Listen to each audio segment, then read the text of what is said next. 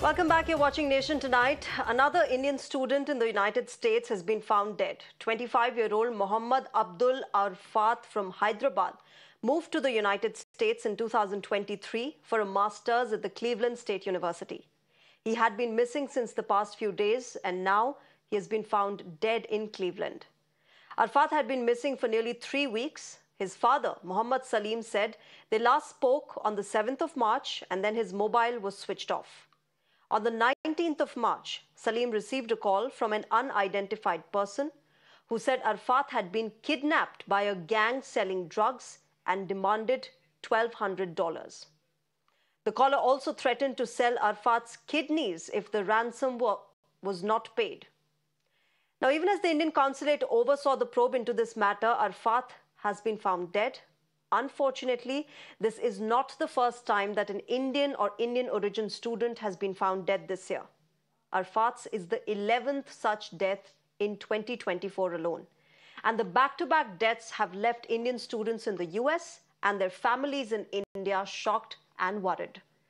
The US, remember, is a favored destination for Indian students looking to pursue higher education.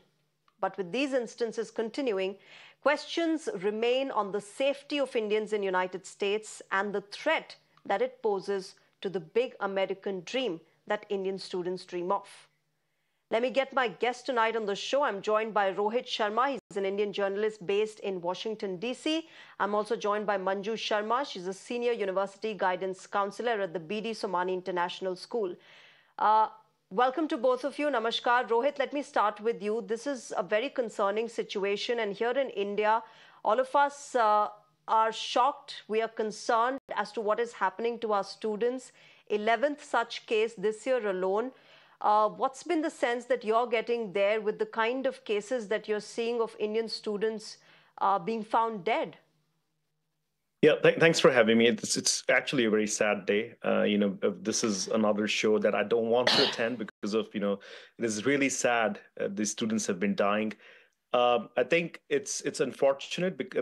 In the sense that it's become very regular now, right? We're only in Q1. We see 11 deaths already. But I think one of the things that, has stuck is that, not all of these are related, right? I think a lot of people are attributing it to racism, which is not true. We've had deaths due to hypothermia. We've had deaths due to monoxide. We've had deaths due to people, basically going out and venturing out into areas they shouldn't be. So I think there has to be some kind of, in my opinion, some kind of education on the part of students who come to the US and have some guidance as to when they arrive in the US, as to where they should go, what they should do, culturally, in their surroundings. Also, trying to make sure that they are in touch with diaspora, they're in touch with the Indian embassy and consulates. I think these are important things that need to happen. The US has issued a record number of student visas, and we've seen a lot of Indian students come to the US, but I think there is definitely a gap in them coming to the US and then trying to accreditize themselves to the US. I think if you look at some of these cases, I think most of these deaths could have been avoided, barring the one that we're talking about today, because this is an extreme case of somebody getting kidnapped and, people asking money from their parents. Apart from all this, I think most of these deaths could be avoided. And I think that's where the focus of Indian government and these universities in the US should also be. I think when parents send their kids to the US, they should be cognizant of the fact that these universities and these areas may or may not be safe. So before making a decision to go study abroad to a US university, students should absolutely do their research. The parents should do their research. And then, it's the, information age. If you can find anything and everything about a university. Let me take this to Manju Sharma. Manju Sharma, you're somebody who does guide students who are traveling abroad for their higher studies. What's the sense that you get, the kind of facilities that they're looking forward to there, the kind of life they're looking forward to there, and the feedback that you get from them once they reach there?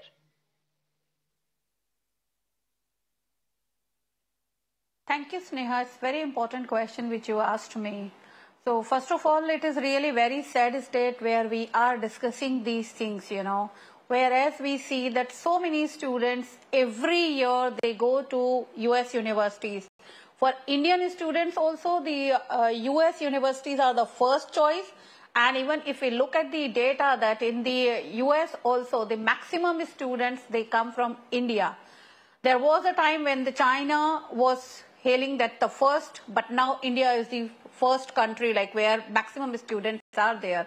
And that their data has shown. There are so many actually factors where when the students select the country for studying overseas. And in that, a lot comes, of course, that whether they get the flexibility, what is the, finances they have, what sort of courses are there, what sort of opportunities they get post-study. And in that, actually, safety is actually utmost priority, specifically for parents. US had always been like, the gun system over there, which the government is not able to control, is always a worrisome factor for parents. Still, we see like, how many, lakhs students are going. Such cases makes it that, a situation which makes everyone concerned about the safety of the student. But I would agree what Rohit actually said, that it is a lot that, when they are going to study over there, they need to consider where if they are going to a big university, small university, a big state or a small state, what sort of safety system in that particular city and in that particular university is there. At the same time, like, they need to have that information. They should be aware that what are the rules and regulations are there, what sort of safety norms are there. When they are going, with whom are they going? Do they really know that, when they are moving around alone at night, do they really know that what facilities the universities have given, that they have blue lights all over their campus and they can seek help if they are feeling that they are not safe over there. If they are going out also, of the university, because, there are so many cases out of these 11 cases. One, these are not all Indian, there are Indian origin students are also there. So I hope that they knew it a lot. At the same time, I would say that when they are transitioning from their own country to the other country, it is very important that they should understand, they should know about the consequences that what they are doing. It is not that, it is happening in the US itself. It happens in many countries. It is happening in our own country also. We need to be very vigilant about these things, about our own safety, what is happening nearby us if we are traveling alone. So that is, I think, is very important to be cautious. One of the concerns in these situations has also been the fact that when these tragedies happen, Rohit, one of the big concerns that comes out from the friends of the deceased there in the United States and here in India, their families, they said that the process takes very long, that the police doesn't probe it as seriously as we would like them to. And, just retrieving and getting the body back is also a long process. Case in point, the Indian dancer who was shot dead in United States, Amarnath Ghosh, his friends here in India kept taking to social media to share how their ordeal has been to just get his body back. Yeah, I mean, it is, right? It is a hassle. And, I think there are a lot of, local guidelines. There are a lot of federal guidelines, right? And then when I mean, the last process in the step, if I understand correctly, is it ends up with the Indian embassy in the US, but they have to have all these protocols met before it gets to an Indian embassy, for getting those bodies back to India. And it is really unfortunate. I mean, as I said, we shouldn't be talking about these things, but I think, there are a couple of things that I think government has a role to play in it.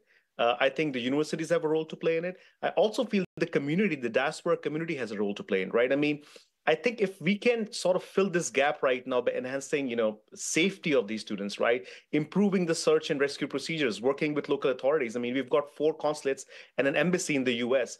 So trying to be proactive, right? I think that would be really helpful.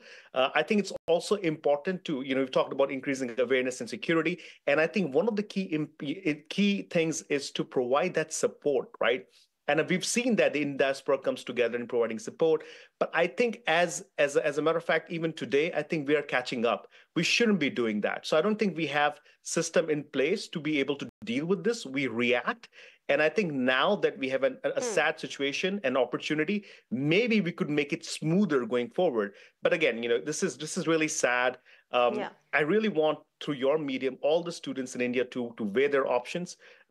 Please talk to whoever your friends in the US, which universities you are going to. I live in Washington, D.C. There are areas in Washington, D.C. I have not visited in over 17 years because those are not safe. So you can only do that by talking to the local, get involved, talk to your university, speak to your university counselors. These things are really important, and definitely register with the Indian embassy and the consulates there, because these things can happen, and if they do, they should be their first point of contact. Yeah, important point there. Quickly, before I wrap up, Manju Sharma, let me just quickly ask you then, and I want a brief answer from you, as to, this big American dream that Indian students have had over the past several years. With these incidents coming to the fore, do you see that being discouraged? Do you see students coming up to you and sharing their fears and anxieties and saying that perhaps, this is not something that we want to pursue any further? Sneha, I would say that, when so many factors they consider, and again, US destination goes on the top when they decide for the universities. So US universities are on top, but yes, again, there is like 0.001% parents who are really concerned about this safety issues. And then they are moving towards a little bit to European universities. So that shift is very, very minor actually. Its maximum is still they are going to the US universities, but yes, they are now proactive, as Rohit also said.